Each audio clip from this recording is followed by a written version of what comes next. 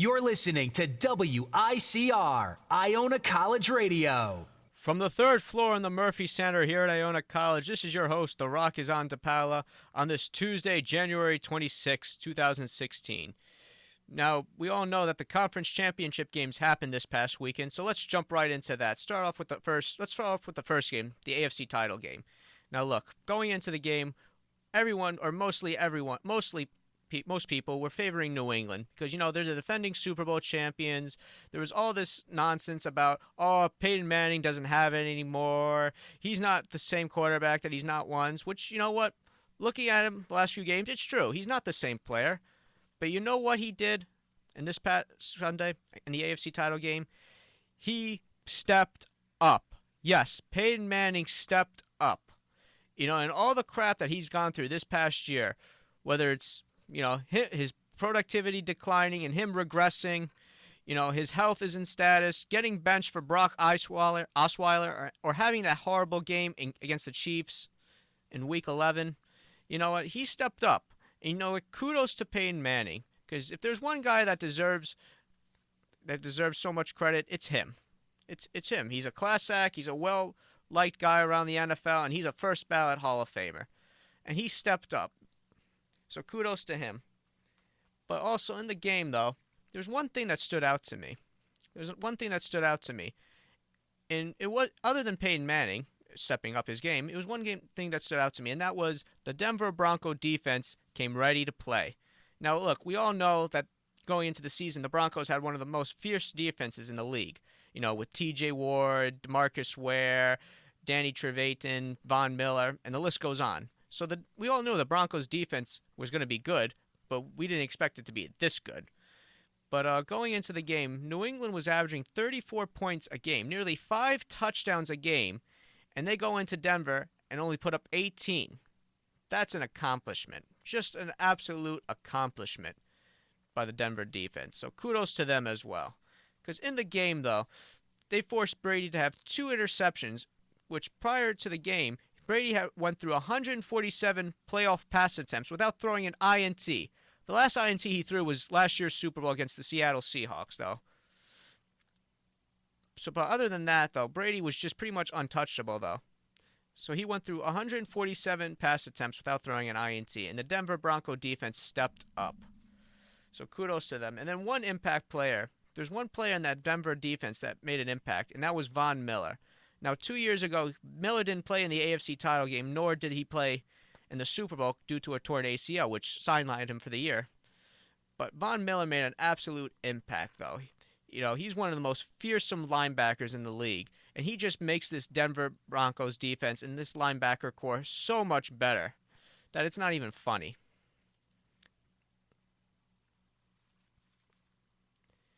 And also in the game, Denver's defense held New England to a combined of 4 of 19 on third and fourth down.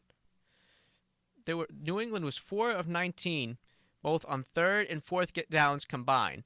So that says a lot, though, because usually New England, because watching New England play against Kansas City in the divisional round, they were converting on third and longs like it was nothing, like it was a fluke. But that Denver defense shut them down, and they played hard-nosed football. Now, moving on to the offensive side of the ball, the Denver offense stepped up. Now, Peyton Manning, he looked great. He didn't look washed up. The throws were good, a bit high watery, but you know what? The ball was coming out well for Peyton.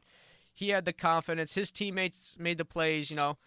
Their leading receiver, Emmanuel Sanders, had a great game. 5 catches and 62 yards and made one heck of a catch for a long of 32 yards.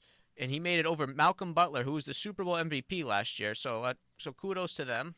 So kudos to him. And overall, they just played well as a team. The Broncos played well as a team. But if they want to win the Super Bowl, in my opinion, they got to run the ball, and they got to be more efficiently running the ball. Because if you put the game in Peyton Manning's hands, and the game turns out to be the way it was back in Super Bowl 48 against the Seahawks, you're not going to win. You're not. Because you can't win in this league just by playing catch-up. That's just a fact. I'm sorry to say. So if the Broncos want to win, they got to run the ball, because that's the only thing I realized this past Sunday they didn't play well they didn't do well, and that was running the football. So they got to be more efficient in running the ball. Now, moving on to the NFC title game. Now, this was a bit of a shocker to me. I knew Carolina was going to win, but I didn't think it would be in this kind of matter.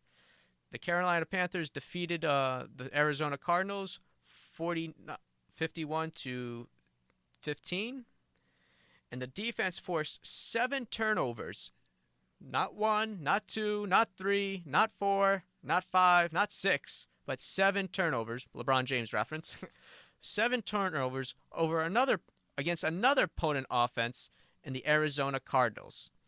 Now look, we all know the Cardinals were known to have a good offense, and we all thought that, hey, they were going to be the front runners in the NFC to make it to the Super Bowl, because everyone always doubted Carolina, saying, oh, they don't have any offense, they have no names, no, that, blah, blah, blah, blah, they just have a good defense. But what if the Carolina Panthers were the Green Bay Packers? Like, if you put Cam Newton in a Packer jersey, you think they'd be getting respect? Possibly, but they're not. They play for the Panthers, not the Packers. But going into this game, the Cardinals, I think the Cardinals were the favorites, though. Like, I think they were the favorites because they had an elite group of wide receivers, a solid running game, and a pretty good defense, though. But the game against Green Bay was kind of a sign of foreshadowment because they didn't just look good against an average defense against Green Bay. So who knows how do you know they're going to play like going in against Carolina? And we saw we saw the flaws. They were dropping passes. Carson Palmer struggled mightily. He threw 4 INTs. It was just horrible. And it was just a disappointing way to end the season for the Cardinals.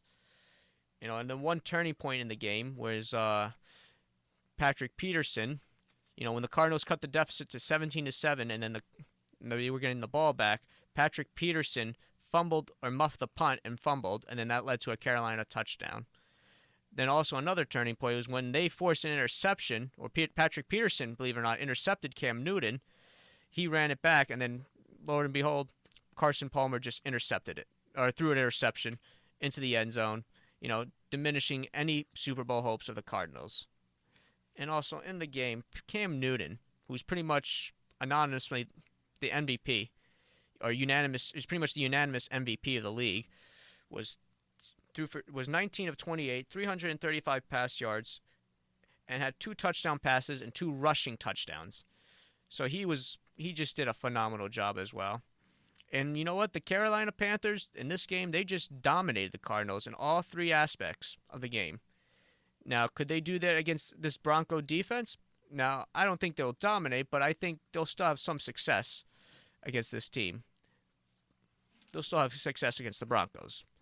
But I don't think this Super Bowl will be like the Broncos against. I won't be like Super Bowl 48 against the Broncos Seahawks. But in that case, this Super Bowl should be intriguing. It should be fun. It's the 50th Super Bowl, so they're going to honor all the Super Bowl MVPs, and it's something that every NFL fan will look forward to. To hear the latest sport updates, I'm Rocky DePaula, and we'll see you next week.